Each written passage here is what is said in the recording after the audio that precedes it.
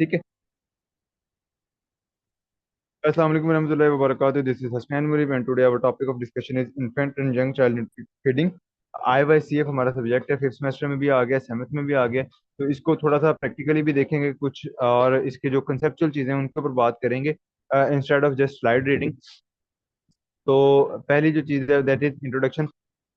Optimal infant and young child feeding practice rank among the most effective intervention, वही आप किताबी बातें हैं। लेकिन मैं आपको बताता हूँ कि why most effective intervention, why it is most effective intervention, because आपको पता है कि ये मोस्ट क्रिटिकल पीरियड होता है। क्रिटिकल पीरियड क्या होता है? क्रिटिकल पीरियड होता है कि कोई भी चीज जब डेवलप हो रही होती है ना, हर बॉडी पार्ट का, हर बॉडी ऑर्गन का एक क्रिटिकल पीरियड होता है।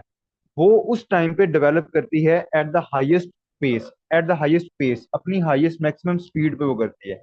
लेकिन क्या होता है कि अगर उसके टाइम से पहले आप या उस टाइम के बाद उसकी वो ग्रोथ रेट नहीं होती।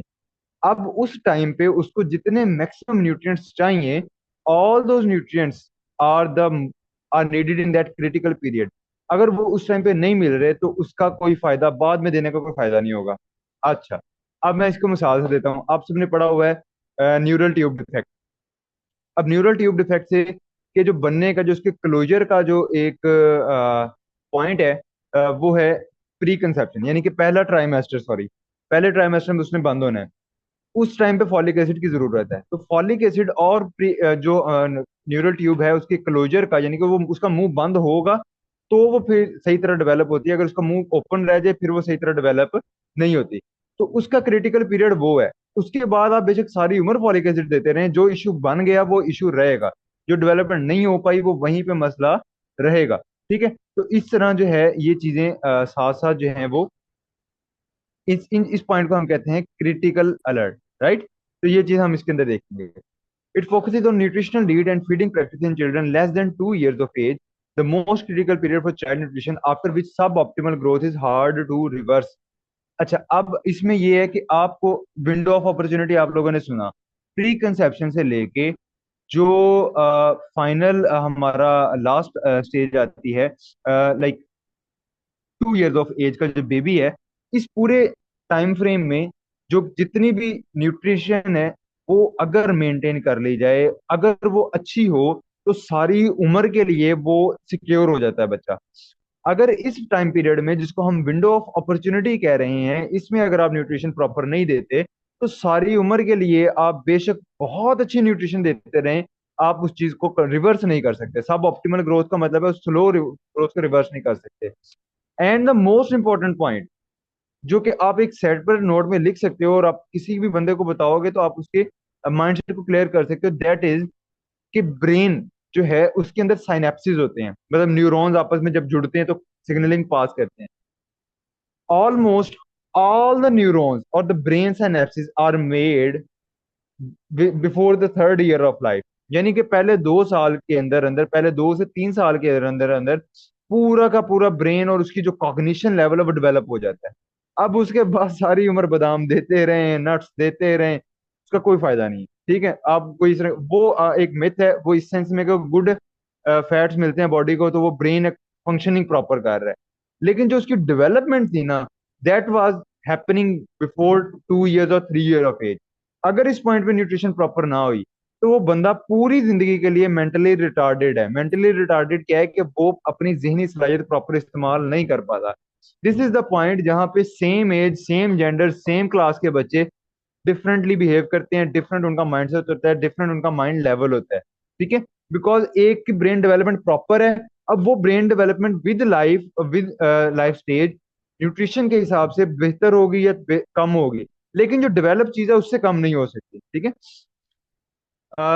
दूसरी तरफ एक ब्रेन प्रॉपर डेवलप ही नहीं कर पाया, वो साइनेप्सिस, वो न्यूरॉन्स प्रॉपरली डेवलप ही नहीं कर पाए, उस केस में अब क्या इशू आएगा कि वो वहां पे आप बेशक बाद में जितनी मर्जी न्यूट्रिशन देते रहें, आप जितने मर्जी गुड फैट बैड फैट देते रहें, जो भी चीजें मतलब ओमेगा 3 देते रहें, द इशू इज कि डेवलप ही चीज नहीं हुई। जब चीज ही डेवलप नहीं है तो उस केस में फिर क्या होगा कि वो न्यूट्रिशन उस पर उतनी इफेक्ट नहीं करती। तो ये पॉइंट अगर आप किसी को चाइल्ड न्यूट्रिशन लेवल पे डील कर रहे हो, आप किसी प्रेगनेंसी वाले फीमेल से डील कर रहे हो, या आप किसी ऐसे बच्चे से डील कर रहे हो, यानी कि ऐसे बंदे से डील कर रहे हो जिसका बेबी 1-2 साल का है, तो एक्सप्लेन दिस पॉइंट, ताकि उन्हें पता हो कि भाई इस पॉइंट पे हमने करना है। This is the growth chart. Growth chart जो मेरे पास साथ कैंप पे जाते हैं, दे ऑल नो कि उनको करना आता है ये सारा काम, बट जो नहीं जाते उनको हम बता देते हैं। Basically this is not the complete growth chart, ये बस क्रॉप करके यहाँ पे ऐड किया गया। I will show you later growth chart कैसे हम देखते हैं, या हम अभी देख लेते हैं। जस्ट अ मिनट, अभी अभी निकालता हूँ।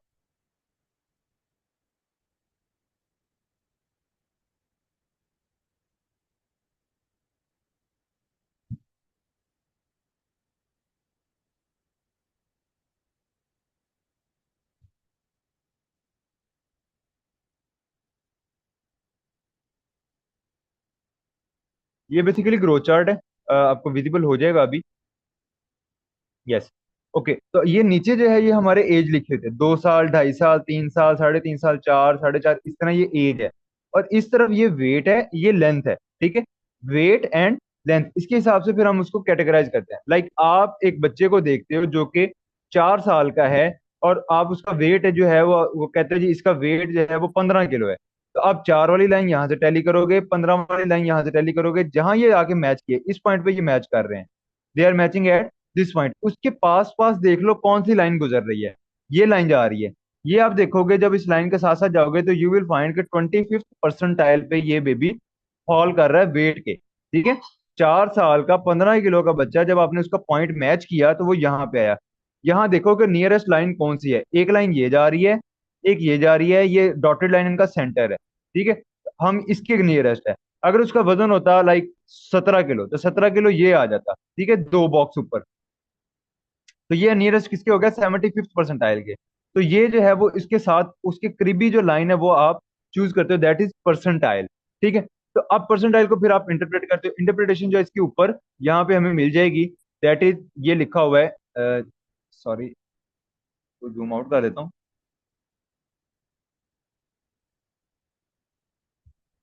अच्छा, ये देखो, ये लिखा हुआ है कि अगर तो वो बंदा जो है वो 50th परसेंटाइल पे है, सॉरी 75, 91 से ऊपर जा रहा है वो ओवरवेट है। और अगर 98 से ऊपर जा रहा है तो वेरी ओवरवेट है, परसेंटाइल हमने देख लिया। और अगर वो 5 से नीचे होता है ना, 9 से नीचे या 5 से नीचे जो होते हैं वो अंडरवेट होता है। 5 से लेके 95th तक या 90th तक, 85th तक, बेसिकली 5 से लेके 85th तक बच्चा नॉर्मल वेट होता है। 85 से 95 परसेंटाइल तक बच्चा ओवरवेट होता है। और 95 से अबव अगर चला जाएगा तो बच्चा क्या हो जाएगा, ओबीस हो जाएगा। अगर आपको कैंप करने का मौका मिले तो आप हमसे ये ग्रोथ चार्ट देख के, अब मैं आपको फिजिकली भी समझा सकता हूँ, हमारे पास बड़े ग्रोथ चार्ट बने हुए हैं, मतलब बहुत बड़े साइज के हमने रखे हुए हैं, ताकि इंटरप्रिटेशन ईजी हो जाए। इसी तरह आप लेंथ देखते हो, लेंथ में क्या है कि 4 साल का बच्चा, उसकी वो लेंथ कहते हैं जी इसकी लेंथ है 85 सेंटीमीटर, या उसकी लेंथ है जी 90 सेंटीमीटर। तो आप क्या करते हो, आप यहाँ से 4 साल वाले ग्राफ पे जाओगे, इधर आप देखोगे 90 सेंटीमीटर कहाँ आया, तो ये आ गया 90 सेंटीमीटर यहाँ पे। 4 साल 90 सेंटीमीटर, तो आप देखते हो अच्छा 4 साल के बच्चे की 90 सेंटीमीटर हाइट है, तो ये बिलो कौन सी लाइन के नीचे जा रहा है, 0.4th परसेंटाइल, बहुत कम हाइट है उसकी। अगर इसी 5 साल वाले यही बच्चा जो है इसकी हाइट होती 95% या 100 सेंटीमीटर, फर्ज कर लें 4 साल का बच्चा, उसकी 100 सेंटीमीटर हाइट है, तो हम 100 वाली लाइन पे चले जाते हैं। ये हम चले गए 100 लाइन पे। अब जो 100 वाली लाइन है, इट सेज कि ये 25th परसेंटाइल पे है। तो 25th परसेंटाइल का मतलब क्या है कि उसकी लेंथ क्या है, नॉर्मल चल रही है। तो ये होती है interpretation of growth chart. Hope तो आपको क्लियर होगी। Moving to the next objective of IYCF क्या होता है कि पहला मेजर ऑब्जेक्टिव क्या है, growth and development, health, survival of infant and young children. दो पॉइंट होते हैं, growth and development. Make sure करें कि आपको इनका डिफरेंस पता हो। डेवलपमेंट इज किसी चीज का बनना। डेवलपमेंट क्या होती है, किसी चीज का बनना, लाइक साइनेप्स बन रहे हैं, ब्रेन बन रहा है, जिस तरह प्रेगनेंसी के अंदर बेबी पूरा डेवलप हो रहा है। ग्रोथ होता है बनी हुई चीज का बढ़ना, साइज में बढ़ना, ठीक है। तो development is formation of new thing, like नए सेल बनते हैं, वो डेवलपमेंट होती है। सेल बड़ा हो जाए अपने साइज में, दैट इज ग्रोथ, ठीक है। तो दोनों के, और जो इन्फेंसी है इसमें ये दोनों स्टेजेस हो रही होती हैं। साइनेप्सिस की डेवलपमेंट हो रही है ना, और ओवरऑल बॉडी पार्ट्स बढ़ रहे होते हैं, ठीक है। ग्रोथ भी होती है, डेवलपमेंट भी होती है, and they both need highly high amount of nutrients, तो ये जरूरी है। उसके अलावा ऑब्जेक्टिव IYCF का क्या होता है, मतलब पहला तो ये है कि जो ग्रोथ एंड डेवलपमेंट हो रही है उसको सपोर्ट करना। दूसरा, एक्सक्लूसिव ब्रेस्ट फीडिंग 6 माह के लिए with timely adequate safe and appropriate complementary feeding. Continuous breast feeding for 2 years and beyond. ये तीन की टर्म्स है यहाँ पे। पहली एक्सक्लूसिव ब्रेस्ट फीडिंग है, दूसरी कॉम्प्लीमेंट्री फीडिंग है, और तीसरी होती है continued breast feeding. Exclusive breast feeding और एक होता है early initiation, early initiation of breast feeding. ये तीन चार टर्म्स हैं, मैं आपको समझाता हूँ। प्रेगनेंसी हुई, बेबी बर्थ हुई, सॉरी, बर्थ के आधे घंटे के अंदर अंदर बेबी को मदर मिल्क जो है वो इंट्रोड्यूस करवा दिया जाए। ये WHO कहता है कि आधे घंटे से पहले पहले बेबी को जो है वो ब्रेस्ट मिल्क उसको जो है वो इंट्रोड्यूस करवा दिया जाए, उसको इनटेक करवा दिया जाए। ये कहलाती है early initiation of breast feeding. दूसरा होता है कि वो WHO कहता है कि आप 6 माह तक एक्सेप्ट मदर मिल्क कोई और चीज इंक्लूड जो है वो नहीं करोगे, ठीक है। लाइक पानी भी नहीं। ये घुट्टी वाला कॉन्सेप्ट वैसे इस्लाम में है, लेकिन साइंस इसको नहीं मानती। साइंस कहती है घुट्टी कॉन्सेप्ट नहीं होना चाहिए। There should be only one thing, that is mother milk. सिर्फ मदर मिल्क आप इसको इंट्रोड्यूस करवाओगे। 6 माह तक पानी भी बच्चे के पेट में नहीं जाना चाहिए, बिकॉज जो ब्रेस्ट मिल्क है उसकी कंपोजिशन चेंज होती रहती है according to the requirement of the infant, ठीक है। जिस तरह इन्फेंट की एज बढ़ती जाएगी, उसके जो ब्रेस्ट मिल्क है, मदर का जो ब्रेस्ट मिल्क है, उसकी कंपोजिशन अकॉर्डिंगली चेंज होती है, ठीक है। तो इसको कहते हैं कि 6 माह तक जो है, 6 माह तक